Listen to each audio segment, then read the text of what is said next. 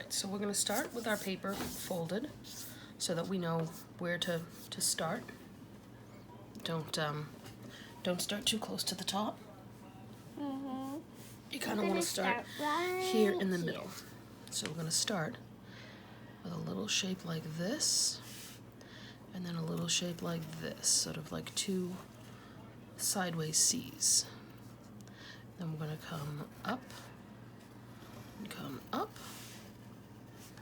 and then make a shape like this, and a shape like this. This is above the eyes and into the eyebrows. So this is like a little swish and swoop. And then we're going to do like a V here and here. And then bring it down to a circle. And then bring it down to a circle. And if they're not exactly the same, it's fine. So now we're going to do the eye shape here. And what I do is I go like this and like this. I draw a little line here and here to make sure that it's going to meet in the right spot.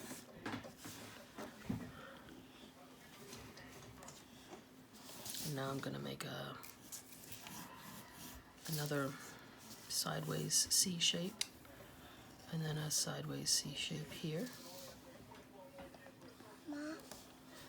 And then behind again. We're going to do like a smile, which is going to go right to the fold. Almost like a circle, but then that's got to come up to here. And if it's not perfect, that's okay. Mine isn't perfect. And so now what we're going to do is make like a shape like a frown, but then bring it down from the nose. So there's our face. Now for this part, we're going to come out from here.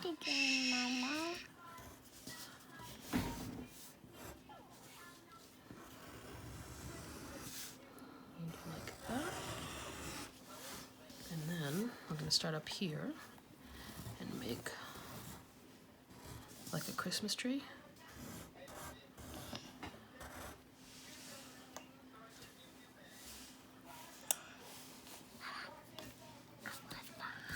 I know it is. I know. And then bring this in and bring that in. So now here we're going to go across the top and make like a big sort of dome shape.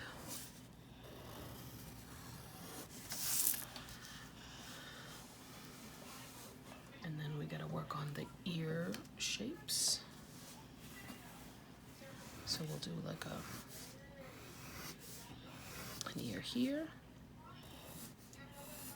and then an ear here, and then we're going to bring it down here, and bring it down here, and then we got to do a little extra ear stuff here and here. Okay, so all that's left is some whiskers, because he's got some whiskers. Oh, I forgot the highlights in the eyes. This circle here we're going to leave white. So now let's work on the body. Right underneath the mouth. Little V shapes. V, V. And this is going to come up. It's going to come up. Like little triangle shape. Not triangle, square-ish diamond shapes. Then a curve here.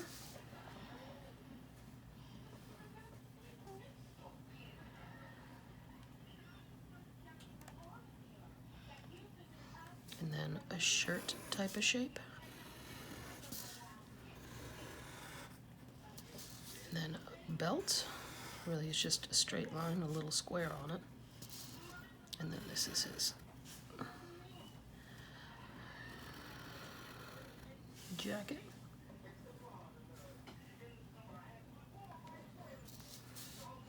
And he's got some little pocket looking things here. I'll do another pocket kind of shape. Another square. That looks pretty good. Now we're going to start the legs. So we'll start with like a little frowny shape here. And then 2 lines going straight down. Shh, I know, Hazel.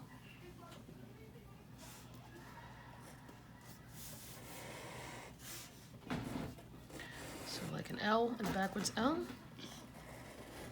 And then a foot, which is just a curve and a curve. And then a couple of lines for toes. After this, we're gonna color. We'll color in a little bit. I'll give him some little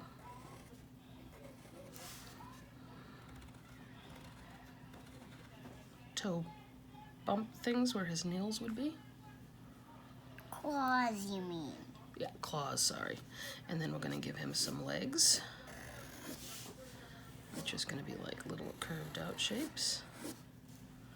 And then, because he does wear pants, might not wear shoes, but he does wear pants.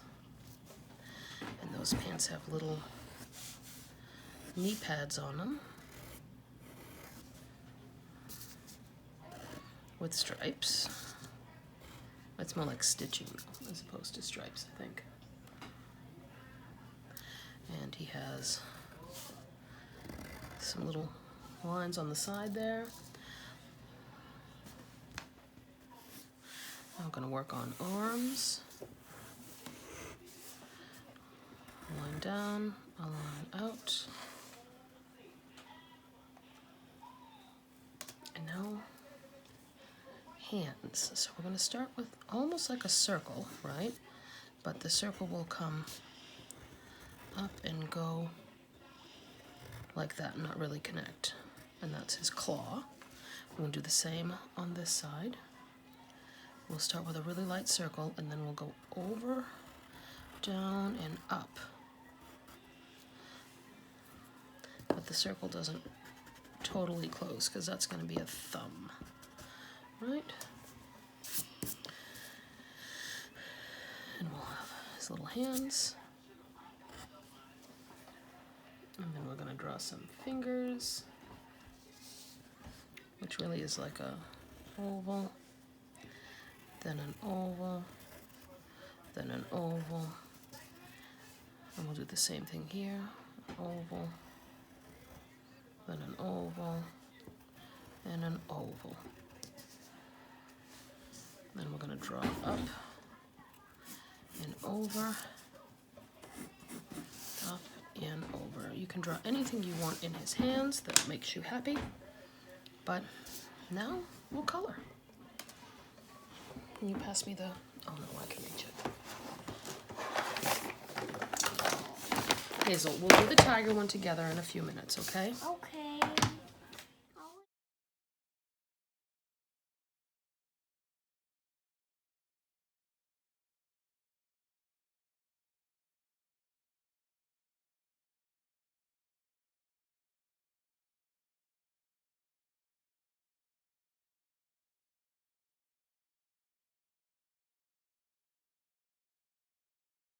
Now, sometimes you might find that you have a marker that's dead, like this one is, and one thing that we can do is we can color with it, even though it's dead, and then use some water on a paintbrush, and we can sort of reactivate it a bit, and it gives it an interesting look. Are you going outside? Go ahead. Yeah, but I'm trying to find my ticket. Just wear a sweater, Hazel. So if you do it like that, it can sort of help you make a marker last a little bit longer, or you can still kind of use it a little bit. The other thing I did is I didn't have a gray marker. And because we're just kind of using whatever we have, I suppose I probably should have used crayon for this project. But what I did is I just put a little bit of black, and now I'm going to use my gray my paintbrush to sort of activate that black marker and sort of turn it into like a gray. It's not perfect, but you know, it doesn't look that terrible. Yeah, that's not too bad. Same thing with all this brown down here. I'm just gonna paint over it. Now, if you use something like a Sharpie, that won't really work very well. But if you use plain old, regular, washable markers, it'll turn like this.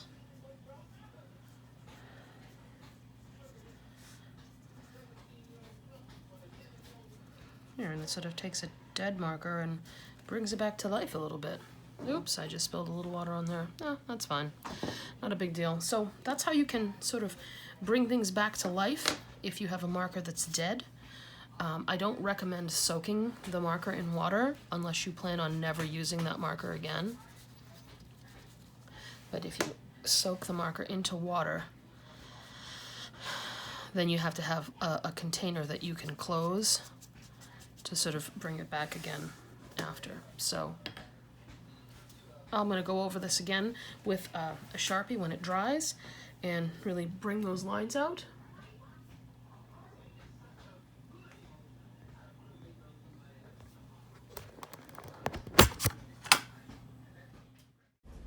Here's Rocket, all dry. I added a little Sharpie for outlines.